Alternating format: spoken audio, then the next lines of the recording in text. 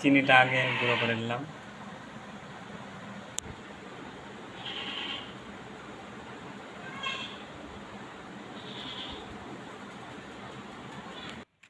বিস্কিটটাকে গুঁড়ো করে নেব।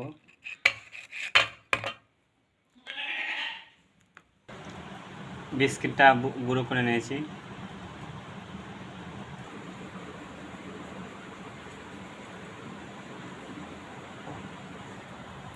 চিনি বিস্কুট দুটাকে একসাথে মিক্স করে নেব। এর সাথে 1 কাপ দুধ আর 2টো ডিম। দুধ বেশি দিলে হবে। চিনি বিস্কুট মিক্স করে দিয়েছি, এতে দিয়ে দেবো নারকেলের গুঁড়ো।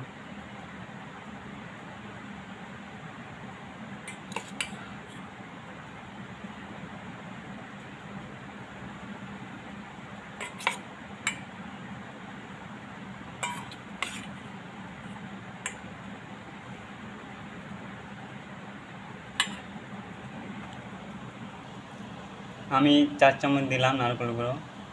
আপনারা আপনাদের সাধ্য মতন যতটা পারবেন দেবেন। কেক তৈরি হচ্ছে।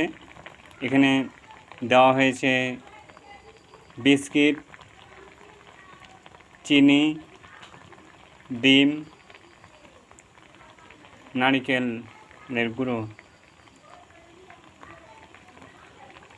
আর যে যেরকম পারবেন কাঠবাদাম বা কাজু বাদাম যেরকম পারবেন উপকরণ দিলে খুব ভালো লাগে বেস্ট। বা চেরি ফল, অন্যান্য যেটা যাদের জায়গা ভালো লাগে দিতে পারে। কেক বানা কমপ্লিট হয়ে গেছে।